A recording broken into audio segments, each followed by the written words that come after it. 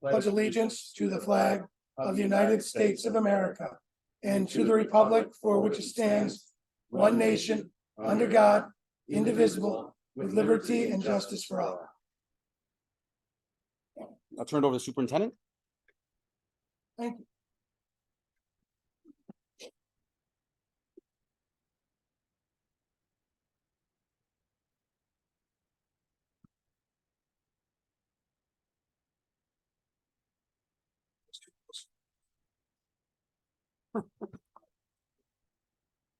So, thank you everybody for coming tonight. This is really exciting.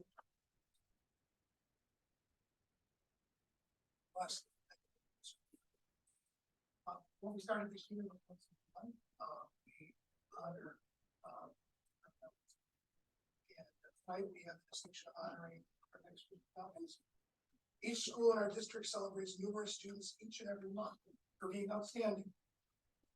We have asked our schools to select one individual from the many honored to represent the group. Therefore, the students we will be honoring tonight were selected because they personified the trait or characteristic being celebrated that particular month. In other words, these students represent the best of the best this month. The certificate each student will receive reads as follows. And this is from the Board of Education. Whereas the philosophy of education of the Niagara-Wheatfield Central School District calls for aiding all students in the development and achievement of their potential, and whereas the primary goals of the school district include encouraging each student to develop a sense of values, instill a feeling of responsibility to self and others, as well as an appreciation of good citizenship, be it resolved that the Board of Education of the Niagara-Wheatfield Central School District hereby recognizes students. What I'm going to ask you to do whenever I call you up, and I'm going to ask each student to walk along right in front of each member at the table and shake each one of their hands. That's here appreciation. Okay. So first on this list tonight is Guinevere Mueller. Guinevere.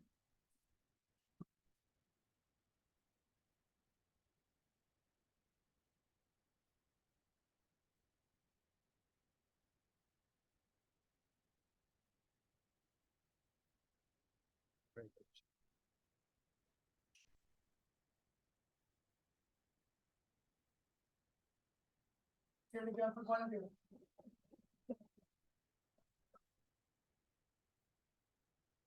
Next, we have Chance Holy.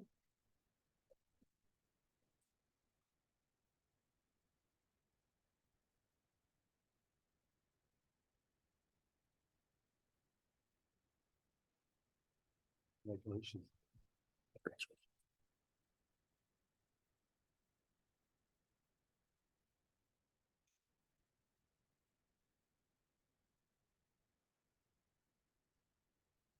Next, we have Julie Castro.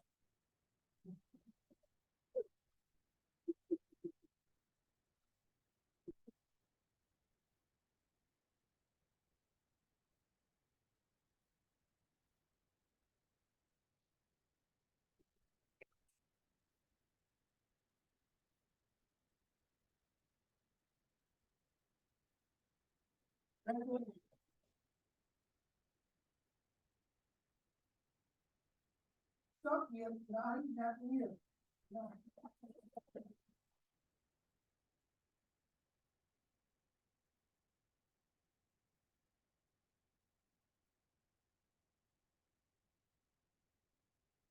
Congratulations, nice job.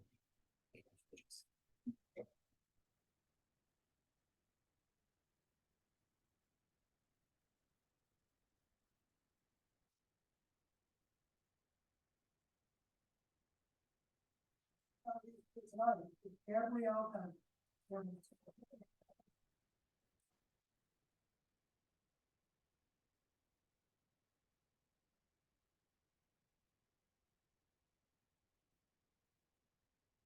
Nice job. Okay.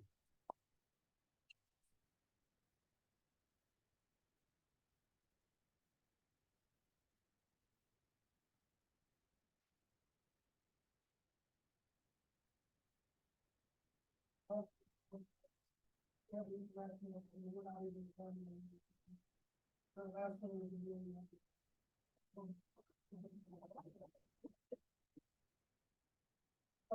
Every time, what I'm gonna ask, Mr. Sable on the board is to give a few minutes. Yeah, we're gonna adjourn until the earliest 7:30. Please help yourselves to cookies and punch. And presentation right now for the elementary schools. Who wants to go first? Or is it all of you at one time? I see that, Theron disappeared. Very well timed out. Mhm. I think you could turn that down, push it down, there you go. Follow the little habits, but why we do the things that we do, so. So you're keeping that. So, as an elementary instructional leadership team, it's an honor to be here tonight to talk with you about the ways that we're working to achieve the district goals.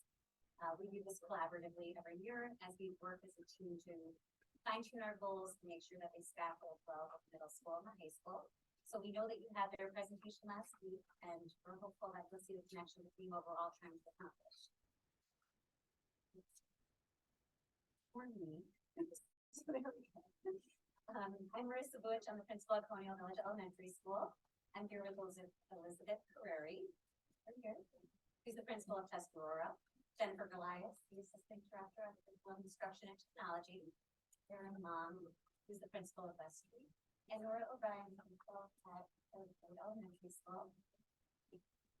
Karen and I are going to talk to you about our district goal number 1. The district will continue to cultivate a safe, healthy, supportive, and inclusive environment. So in order to meet the objective in educating to empower students, staff, and visitors to create and maintain a safe environment and ensure that their own and each other's safety is met, we do a number of things, but the 2 pieces that we want to highlight for you this evening are with respect to Aaron's Law, which was passed by New York State in 2019, and it mandates that every elementary school, well, actually elementary through middle school, K-8, is teaching prevention strategies against sexual exploitation and abuse. So we've been working with North Point Council for the past couple of years. They come into our schools to provide information for our faculty and staff around signs to watch for with their kids, what to do if we suspect that there is child abuse or exploitation occurring. And they also work with us to provide information for families and one lesson per classroom as in accordance with the law, just in ways to keep yourself safe in an age-appropriate manner around personal safety. And that was obviously very different based on the age and across all of the different grade levels. And like I said, that's K-8. You'll also notice trauma, illness, and grief, otherwise known as TIG. So Wheatfield was the recipient of a grant last March through the Office of Mental Health. It was the Mitigating the Impact Trauma Grant.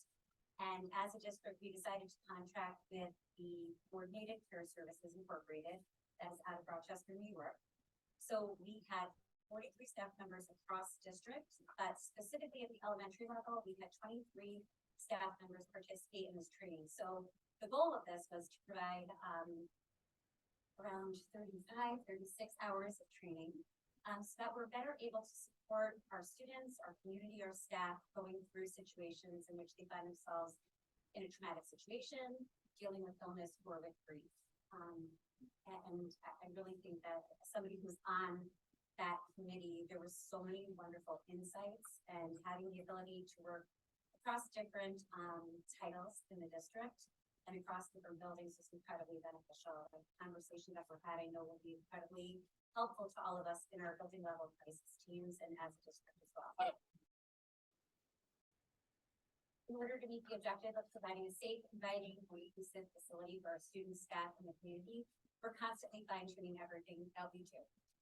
With a critical lens on being the greatest and providing the greatest experience for our community. So we hold building and district safety team meetings 3 times a year. So those of us that are standing up here attend the district safety team meetings along with law enforcement and various stakeholders across the district. And then in each of our respective buildings, we also hold building safety team meetings. And with respect to TIG, which I just mentioned, we're incorporating those persons that were participating in that into our building safety team meetings, so that we can use those people in crisis situations. We all love fire safety week. I mean, obviously we don't love the idea of fires, but we really love working with our fire departments to provide that experience for our kiddos, give them that information to empower them and know what to do if there were a fire or a true emergency. They really love the fire trucks. They like to meet the community helpers. It's a wonderful experience for all of them. As you all know, and thank you again, for the increased security measures to ensure, well, at least try to ensure a higher level of physical safety in all of our buildings. We all do have a school security officer every single day when our staff, students are in the building. That has been a really nice thing to have. I think that a lot of people feel very comfortable knowing that we're taking these extra steps and putting these extra measures in place. An unexpected but wonderful consequence, I guess I'll say, to having the school security officers in our building is that our kids are able to form relationships with another person. That's a positive role model for all of them. There've been some really great conversations had around safety with kids in totally developmentally appropriate ways in the cafeteria while leaving the building. And it's nice to hear from somebody who they know is like kind of official. So that's been something nice to watch. We continue to utilize our active systems to make sure that there are no unknown sex offenders somehow getting into our buildings. That is the system in which people have to present their ID, goes through a system that checks at all of the different clearinghouses and makes sure that somebody who's at our front door is not, in fact, a sexual offender. We, as you know, also have implemented the weapons detection systems at all of our elementary schools for any of the guests that are coming to the building or any adults. We also make sure that we have inclusive print environment in our classrooms, always in libraries. We also make sure that there are directions with respect to emergencies in all of our classrooms, and that, you know, there's exit signs everywhere. There are different fire evacuation routes. We go over that with our kids routinely. It's not just about doing the drills, it's about teaching the students why we do the drills, and explaining to them that, you know, we teach you all sorts of things at school, and our number one goal is to make sure that you're safe, healthy, and happy, and that's why we're doing these things. So it's very explicit and purposeful. In order to meet the objective of collaborating with local law enforcement and first responders to implement best practices, it kind of goes hand in hand with the district safety team meetings, continuous collaboration with our school resource officers. We are constantly looking to fine tune our practices. We do safety drill training that looks differently from year to year as like a district and what we're able to do at the elementary versus the secondary level. But last year we did have different build, I think it was secondary last year, right? That did the required drill. I'm sure it's going to be at the elementary again. We are really pleased to be able to provide another tabletop exercise at the elementary level, which we will be working with local law enforcement to set up in our individual buildings after we as a district leadership team are able to participate in one together. The last time that we had one was a couple of years ago, and it was super beneficial to hear everybody's thought process. So, and having somebody come in and give you the scenario in which you're experiencing something in a different role and thinking through things and hearing what people think other roles in the building would be doing, it's just incredibly beneficial. It helps us to further examine what we're currently doing and see if there's something that we can continue to improve upon. Could I just add one thing to Marissa mentioned, excuse me, the TIG training. So it was what, 5 days long, right? 5 days of training, very intensive training. Very often school districts will send just a couple people. Because of this grant, we have 43 people trained to be able to deal with the, you know, crises when something traumatic happens. In Orleans Niagara BOCES, we're looking to create a system so that schools that have TIG trainers could always help with sending people who are TIG trained to the other districts. Usually you do that because you only have within your own district 2, 3, 4 people trained, right? A few people trained. The fact that we have 43 people trained and from all different departments within our district, It's teachers, it's members of the SRP group, it's administrators. It's really awesome to see that many people said, how can I get trained so I can better help? So really, really neat. Thanks for sharing that. Great, good evening. So the next objective is to talk about promoting social, emotional, and physical wellness. And as you can see on the slide, there's a list of what we're doing in terms of implementation. What I took a moment to do was to write a few notes. Too good for drugs. I'm seeing them in the classroom having really good conversations. The woman that presents is really excellent with engaging the students. So that's really good. Our clubs and intramurals continue. We've had to cut back a little bit, but some of them are continuing, which is great for kids. Mindfulness and yoga. I finally got a taste of that this summer when Liz came over and really got to see some of the benefits. Made a connection with her yoga teacher. Year's gotten off to a fast start, so we don't have it at West Street yet, but I definitely think it's got some positives. Everyday speech and CE and TUSC to really help the students that need that most. We had the wellness day, and I put down well planned, thoughtful, and really a great chance to recharge. Saw a lot of happy people that day that were really working on themselves personally, and I enjoyed it. Second step is also SEL curriculum that we're implementing. On the right side, in terms of links to families, we've got the Family Support Center that's truly up and running strong at this point.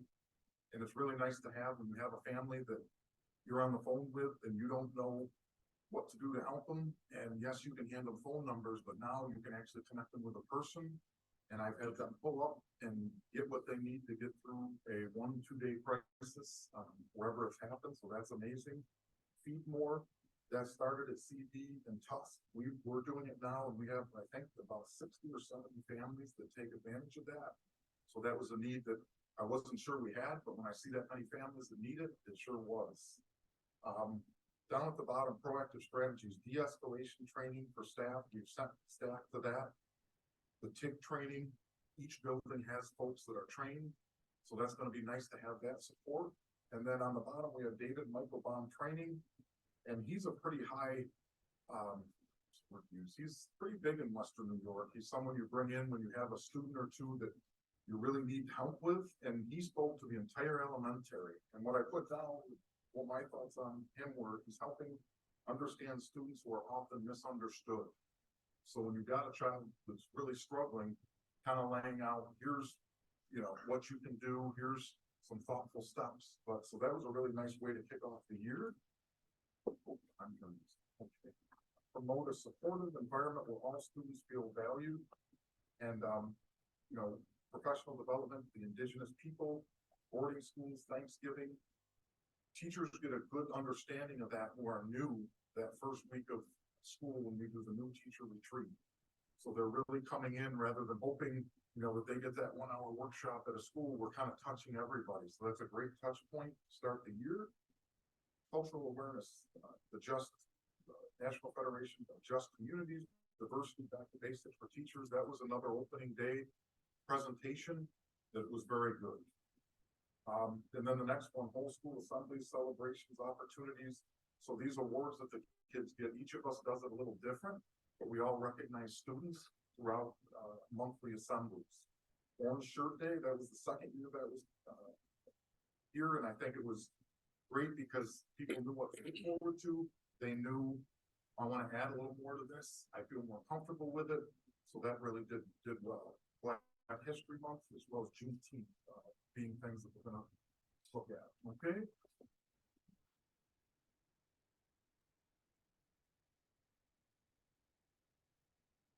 Jen and I are going to present on goal number 2. This is all about accelerating learning, whether it be academic, social, emotional, or physical. And this truly is a strength of our elementary team and definitely a passion as well. Up here is all of our programming, all of our quotes and sequences, and you might think, hey, this is Enter every year. Yes, it is, and that's intentional. This is important work. We can always push further with this. Standards are always evolving, kids are changing, society is evolving. So it's really important that we do look at this every year, and that things are updated and that we're giving the very best that we can give to our kids. So all of those scopes and sequences are things that we can look at and will continue to look at moving forward. So basically, there are two major pieces that we're looking at when we're looking at data and programming. First is that we're going to utilize assessment data to drive our programmatic needs and also to drive research-based strategies to meet the needs of our kids in our instruction. So we do some common data assessments, DDI or data-driven instruction for K through 5. We have new assessments this year for 3 through 5. We've updated them so that they are digital and so that students can practice utilizing the digital tools that they'll have to be or that they will be expected to use when they take their New York State assessments in the spring. That was a huge undertaking this year. And thank goodness we still have COVID money left because one of the things that we were able to implement was a TOSA for technology, which has really done an amazing job in even just these first 3 months, pushing into classrooms, teaching teachers and building capacity of teachers to help teach kids these skills. So she really, it's been very intentional, and it's scary for the teachers and the kids, and she's really helped alleviate a lot of the stress and move people forward with this. And then we've also used our COVID funds based on data in grade levels where the students might have been struggling a little bit more, especially like our 2nd and 3rd graders, because they in kindergarten and 1st grade or in pre-K, their lives for 2 years were masks. So they miss a lot of that oral language, speech, etc. So that we were able to supplement extra support for those kids with our COVID money based on our data-driven. So we use our data to make programmatic decisions, and then we also use data on the individual student level. And that's through a multi-tiered system of support. So our tier 1 instruction is for all students. Then we have those students, about 15% of the population who are right at the cusp, who might be struggling a little bit, and we want to catch them before they get too far behind. We want to accelerate them and move them forward. So we have different systems in place to catch those kids, and then we have different processes in place to provide the appropriate intervention. So we have RTI triangulation, which we do 3 times a year, and during that time we do all of our screenings. So that's one way we try and catch the kids who need the extra help. We also have a child study team that any teacher can identify a kid and refer a student anytime throughout the year. And what we do is we meet as a team, we identify where the area of concern is, we come up with an intervention, and then we measure that for progress monitoring, and we see if there's improvement, and we keep going in that direction, and hopefully there's enough improvement to graduate the kid back to tier 1. And then we have tier 3, which were for our most needy students, and give them that support as well. This past year, we were able to have a summer program with 127 students, and the students that were invited to attend summer school were our tier 3 students. So Karen led our summer school, and that was a success. And then finally, before I turn it over to Jen, this was a really big year for us to get digital guys with Edufinder. It's our data platform, and for the first time ever, we have everything all in one place. It's really amazing as a principal to be able to type in a child's name and everything is right there. I don't have to go to this folder or this program or log on with this and I forgot the password for this.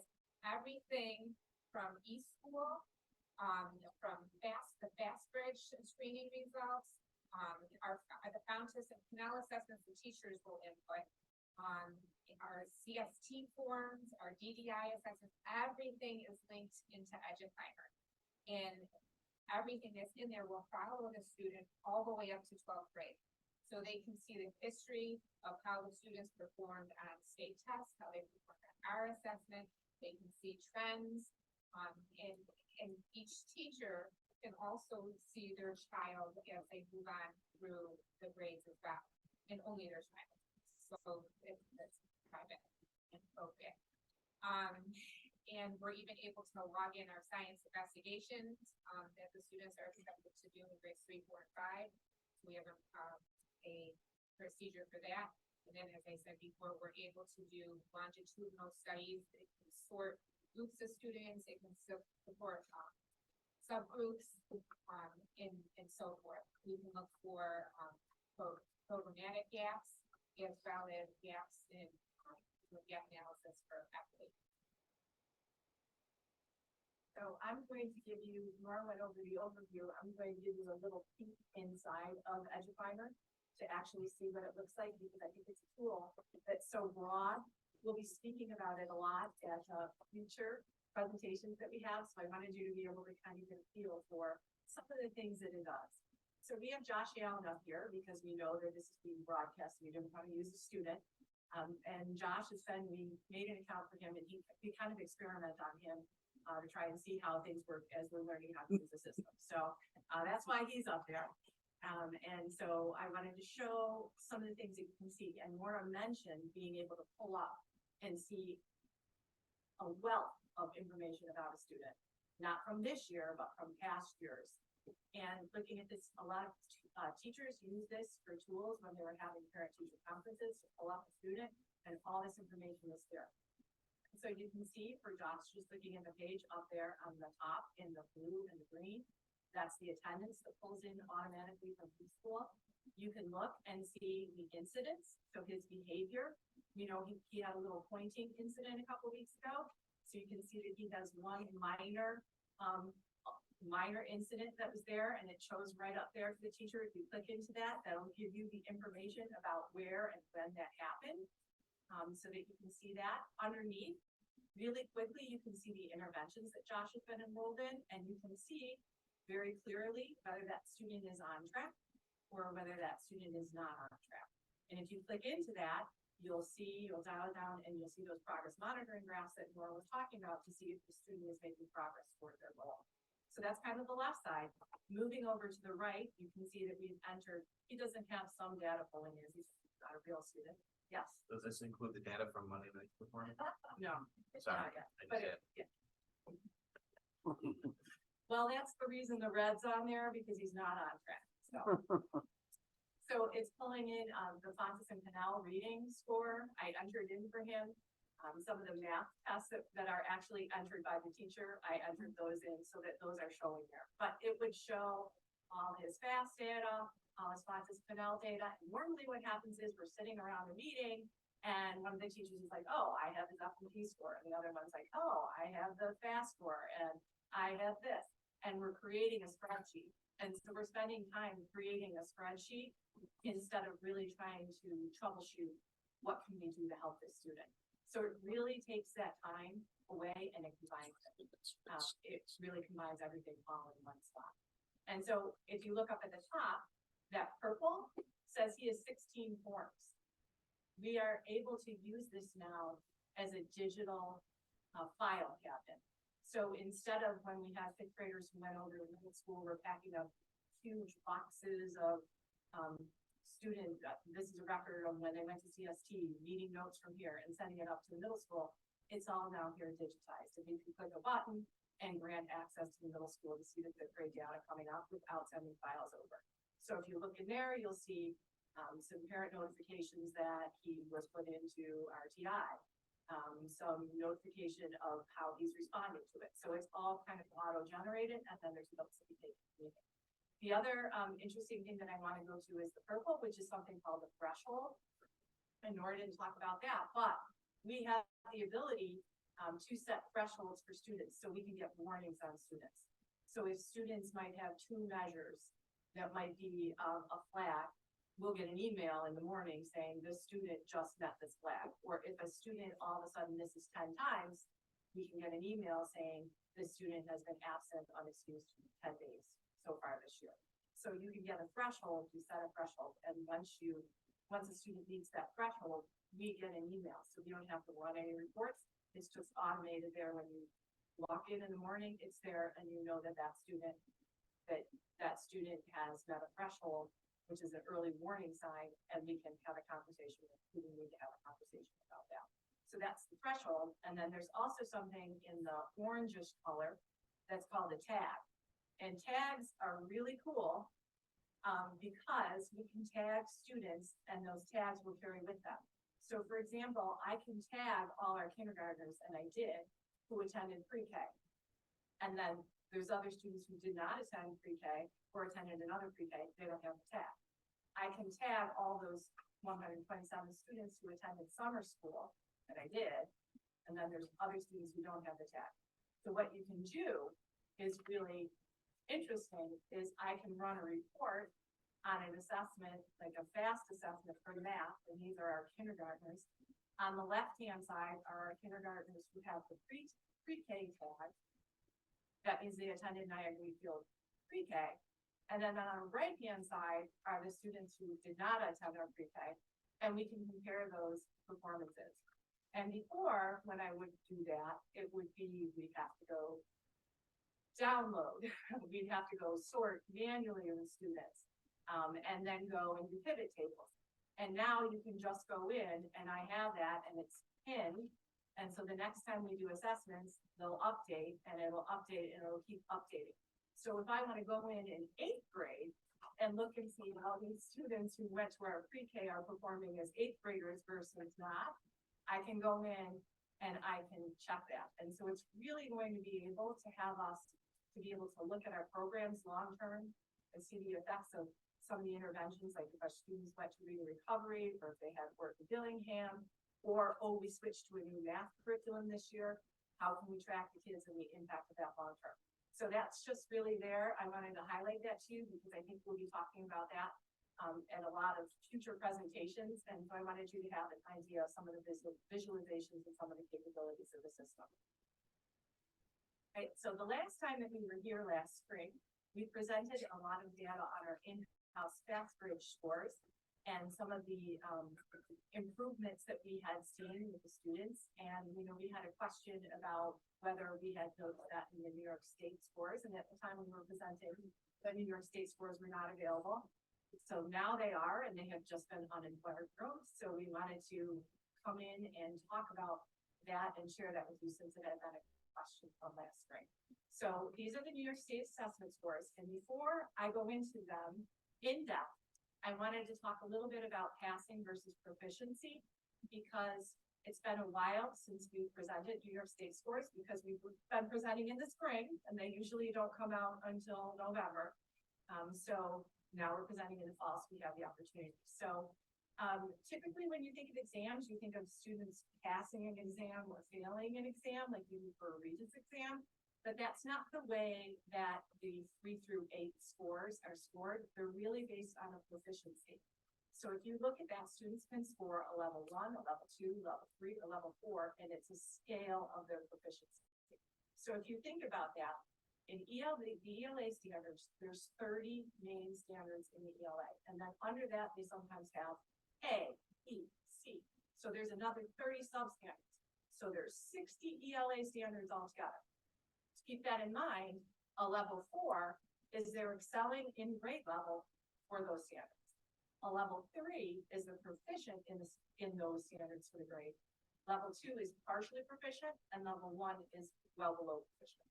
Right? So typically what happens is when New York State reports that, they report the level 3 and the level 4.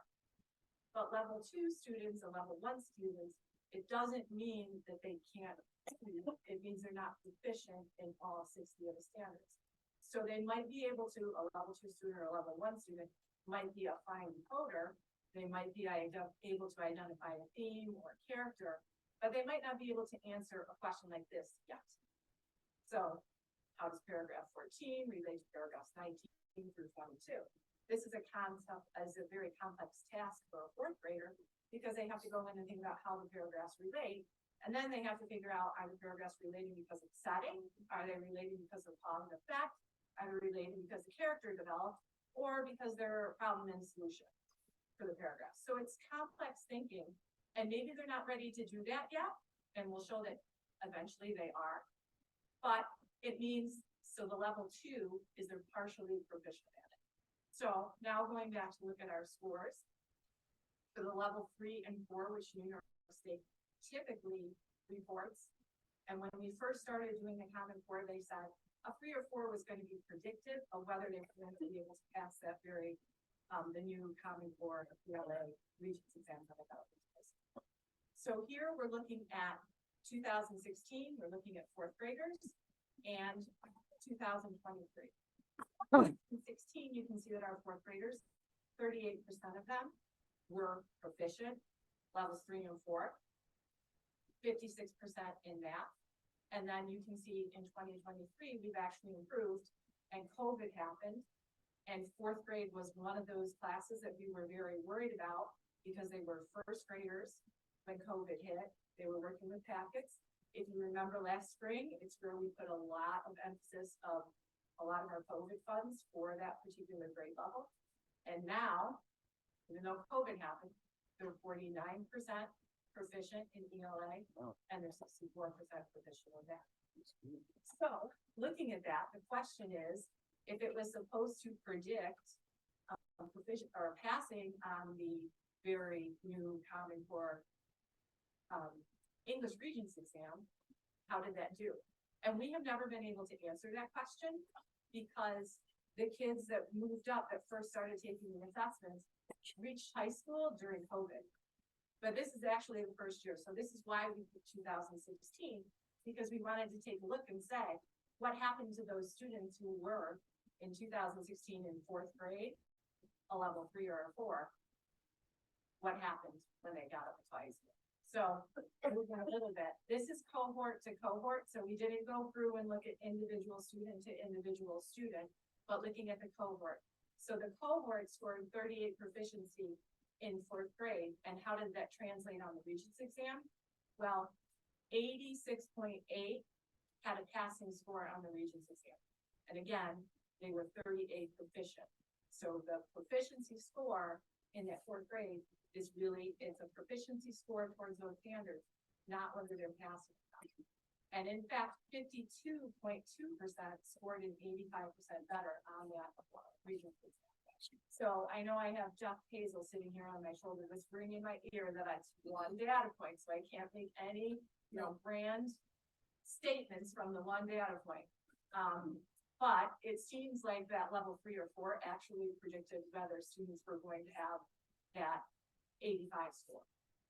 So that's kind of just some background, just so we're all clear on the proficiency, because it's totally different than what we're used to thinking about when you think about assessment results for students. I think sometimes that gets a little confused. So level 2 Level really 2. is predicting passing. Yeah, level 2 actually seemed to predict passing when you're looking at it. So it's quite a difference. So looking at this, we were looking at 4th grade. So looking at 3rd, 4th, and 5th, again, we had COVID in there. So looking at 2016 compared to 2023 in the years of COVID, and you can see that we pretty much, for the most part, went up 1% in each of those per year. That is unusual across the state because the state saw a very big drop off in math because of COVID. I think because we were able to go 5 days a week with math, that we didn't see that happen. We continued those gains in there and managed and saw that gains. The one that stands out there as the yellow is that 35% on the ELA for 3rd grade, very similar to the 39 or 38% that we were just looking at from a few years ago. So we're not going to stress too much about that. But we were concerned about that grade, and we were concerned about that grade when we were standing here last year, because when you look at the slide that Nora was at, there's a lot of COVID resources that have been put into 4th grade, because the 3rd graders who took that assessment were the students who were in kindergarten when COVID happened. So they were just learning how to read, and then they went home and then they started to do packets for that spring, and learning to read from the packet is very hard. And then they came back in the fall and they had the masks on, so when you're learning to say ah, you really have to look at the mouth formation, so that was a factor. And then also, because we did go 5 days a week, we didn't have reading intervention. And first grade is typically when we have reading recovery. It's when they'll get early identified, and really, we did some really heavy duty interventions in first grade. And because the reading teachers were in the classroom helping us to have 5 days a week, we did not have any reading intervention that year. So you can see those in that score. But we know that with the students, with the years that they've had the subsequent years, that the students are really we've been able to meet their needs and help the students to be able to answer those difficult questions like I showed by the time they got up into 11th grade. So we will continue our focus on that class as we have with our COVID funds, and the students know, and we'll know them the next year, and we keep working with them as they move on. All right. Everyone take a breath. That was a lot of information. Can't say enough about them, but my goal, that we present on is the district will continue to increase community engagement to strengthen partnerships. So we all know students need to be in school in order to learn. We need to build positive relationships. We need to have trust among their families. So we are working to monitor data to ensure student attendance and implement interventions to re-engage students in school. This is a passion of mine, as all of the principals here tonight. We want kids in school, and we want to reach out to families and help them, you know. So we have everyday labs, which has helped immensely. We have letters, texts, support bots, so we have texts that go out if the student isn't in school. We have the data dashboard, interventions, professional development. Our team of counselors, social workers, principals, teachers, the trained secretaries to understand everyday labs. Building teams, we review student attendance data regularly. And I can just share something from Tuscarora School. I know I'm so fortunate to have such a small school, but this just pops out. So as you have a student, we have a student that was absent Monday, almost every Monday since September. So I was making some calls, Cassie's really our social worker. So we finally, we talked to mom a few times, and now we have her little girl did confidence. She needed a 3-day. She wanted to transition into school on Monday. She wanted to stay home next day. So we found out that was the reason she was the transition, which we all know sometimes students at that age, it's a tough situation. And so we decided Cassie's going to meet her at the door, and they would have breakfast on Mondays. So now she's coming every Monday, and she's happy to wake up and add a 5-day school week to her plan. So it'll show you the trends. If you have someone that's absent on Friday or before a vacation or a half day, you can reach out to families and ask how you can help, what we can do. We identify students who are showing, like I said, patterns of chronic absence, reach out to families with phone calls, home visits, documentation, and then provide families with strategies, resources, and support. Like I said, the counselors and the social workers. And then to provide meaningful opportunities for families and community members to engage in the school community. And these are just a few. I mean, we do so many family events and try to promote community involvement. We have our virtual parent group meetings at CD at Eric Road. We have in person at Tuscarora and West Street. Open house was a huge success in all of our buildings. Families love to come in and meet the teachers, see the buildings. Engage parents and partners, volunteers in the classrooms and school events. We love to have families in. We do so many reading activities, math nights, at Tuscarora School, obviously language and culture events. Parent-teacher conferences, we had everyone show up in person. Some were virtual, I'm sure in other schools. Kindergarten orientation, we also have pre-K orientation. Getting ready for kindergarten night in May for these schools. Turkey trot's coming up, right? I heard all about that today. Concerts in December and May. Conventions at Colonial Village and West Street. Tuscarora has Culture Night in May and Elders Day in March. And we also have the Bazaar coming up December 2nd from 10 to 4. So come join us for that. Great place to get some gifts. Yeah. I'm gonna give some- What was it? Repeat the date again in time. December 2nd, Saturday, 10 to 4, right at Tuscarora School. All sorts of fun. So so lastly, as part of their administrative retreat this year, Dan really focused on kindness, gratitude, and just celebrating important things that we do, recognizing staff and recognizing each other. And we really are trying to pay that forward in our own buildings and have a very positive climate and culture. And this is just one example of Kelly Stoffel with our tech COSA.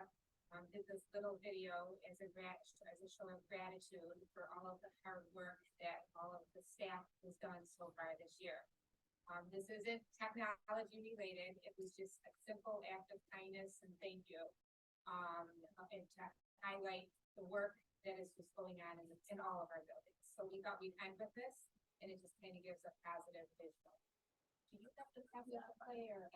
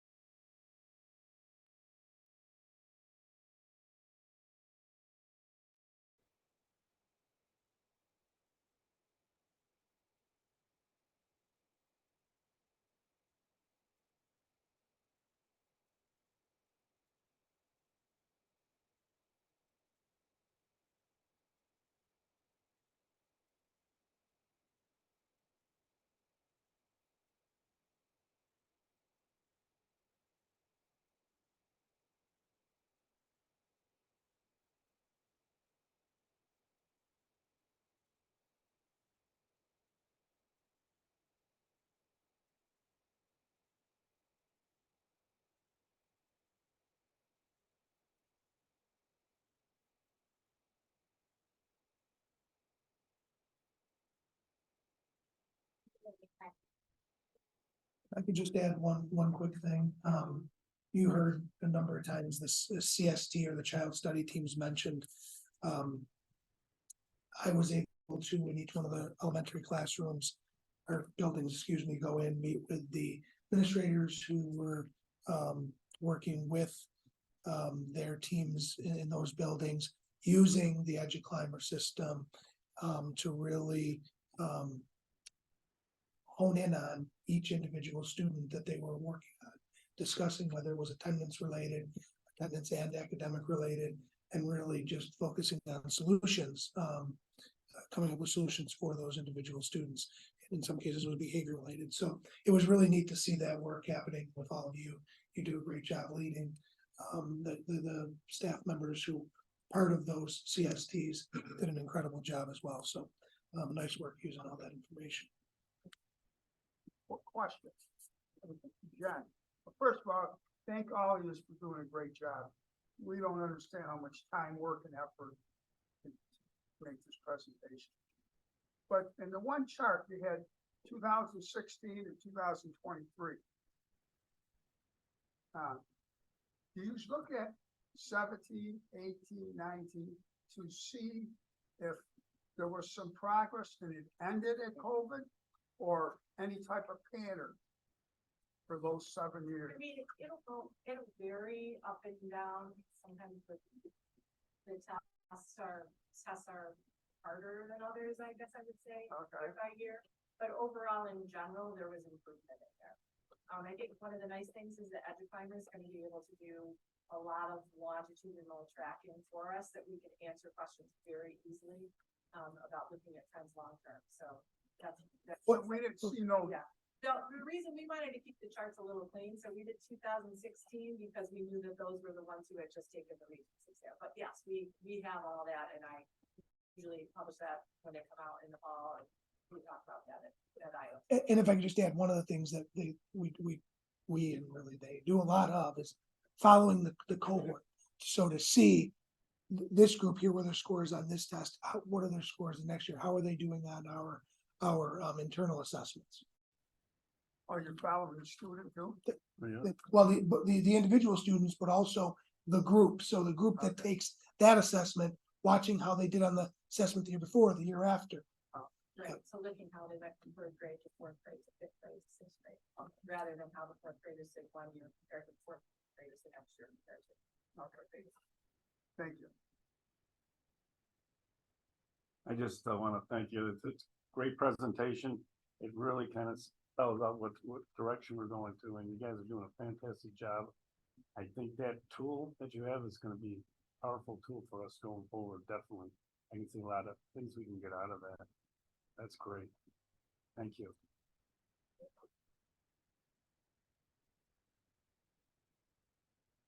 Anyone else? All right, thank you. Thank you. Yeah, you too.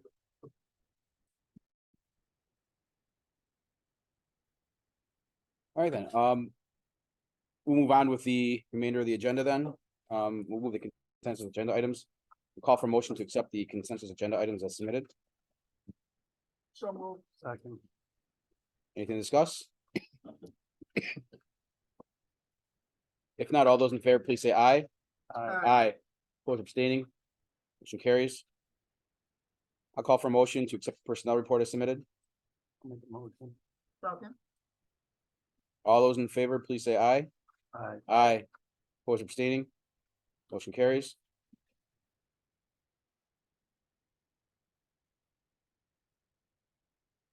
The internal claims audit report there is an informational item. We'll go to the ex-officio student members report. All right, so winter sports have officially begun, and, they're underway, which is exciting. I'm excited for it to go to track. I just want to put this in here as well, that some early action deadlines are today, such as UV, so. It's Native American Spirit Week for Native American Heritage Month. And tomorrow we will be having our Thanksgiving celebration. And we're doing the 12 days of giving as well this year. Yeah, that's about it. Happy Thanksgiving. Okay, superintendent's report. Start with Mr. Stack. Thank you. Pleased to report to the board again, we are in a very good position. Staffing the two areas of need that we are continuously and aggressively looking for our bus attendants and bus drivers. I want to make mention of that every single meeting. We have been fortunate the last few weeks. We have some appointments moving forward in those areas, but we still need more. Also, I gave a little example to each of the board members here this evening of some of the leaflets that have been distributed in the townships, as well as various points of business and other places of contact for the public frequent. So hopefully, this is just another way that it's instead of just, going out to job ads, wanted ads, or online tools, this is just another way, kind of an old fashioned sort of recruitment way that we might be able to attract some candidacy in the areas that we need. So we'll continue to use that QR code and distribute it at will. Thank you. Thank you, Tom. I'm just putting a reminder on my phone here for tomorrow night for the Thanksgiving. I will be bringing spoons So if you're ready, Ben, if you haven't played spoons before, look it up so that you have, you know spoons, okay, so you'll be a step ahead of maybe some of your classmates. Yeah. Oh, I'll be there. Yeah, I know. I just didn't want to forget the spoons. Okay, Mr. Coyne, if you could bring up the, our website and, for those that, didn't know or weren't able to see it or didn't read some of the information that was in the paper, we, had our annual, Niagara Wheatfield Hall and Wall of Fame induction ceremony. You see up on the screen, this is again underneath, was under community, if you clicked on community. School community, yep, on our website, yep, thank you, community resources, thank you. Hall and Wall, you can see the inductees, there were 9, there were 4 into the Athletic Hall of Fame this year, there were 5 into the Wall of Fame. It's already open for next year if you have anyone who you'd be interested in inducting. Obviously, the athletic piece, I think pretty much explains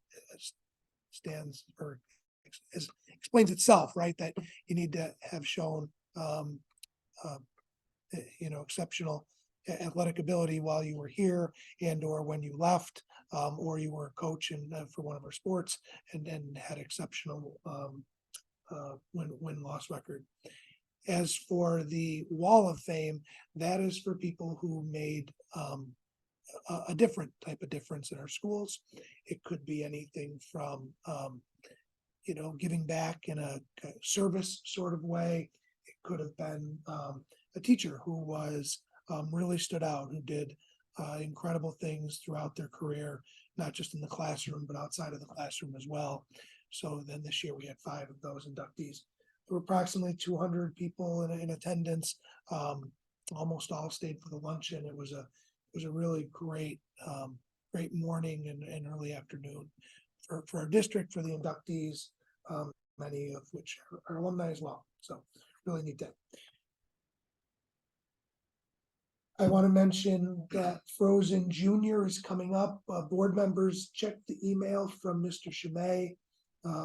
He sent you an email a little bit back. If you were interested in tickets, you could get them. He would send them to you. The dates are Friday, December 1st at 7 p.m., Saturday, December 2nd at 7 p.m., and Sunday, December 3rd at 2 p.m.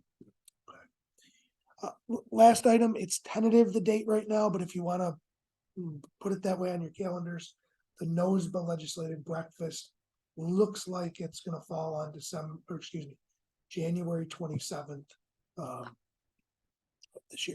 this coming year. And that's all I have. Any questions on the superintendent's report? All right, if not, move on to reports to the board. Finance. So I just wanted to let the board know a couple things that we are going to be adjusting for taxes. Tax collection is just finishing up now, so we're at the end of this year's tax collection. We've had one assessment reduction made for the town of Cambria at 3037 around the road that we will be paying a refund on. That was awarded to the homeowner for the town of Cambria. And the refund due is the amount of $83.43. That's out of the current year. And then we also had town of Wheatfield, the town missed the enhanced star for someone. So they were given the basic star, but they're entitled to the enhanced star. So that's going to be a refund due of $627.38. And that we will get back. I just have to refile this star reimbursement forms for that. I just wanted to All right. Any items for board discussion? Any old business? Any new business? All right, and board member comments? All right, I believe we have some items we have to finish in executive, so I would like to reconvene executive for the same purpose of discussing the employment of particular persons. Is there a motion to enter executive? I'll make a motion. Seconded. All those in favor, please say aye.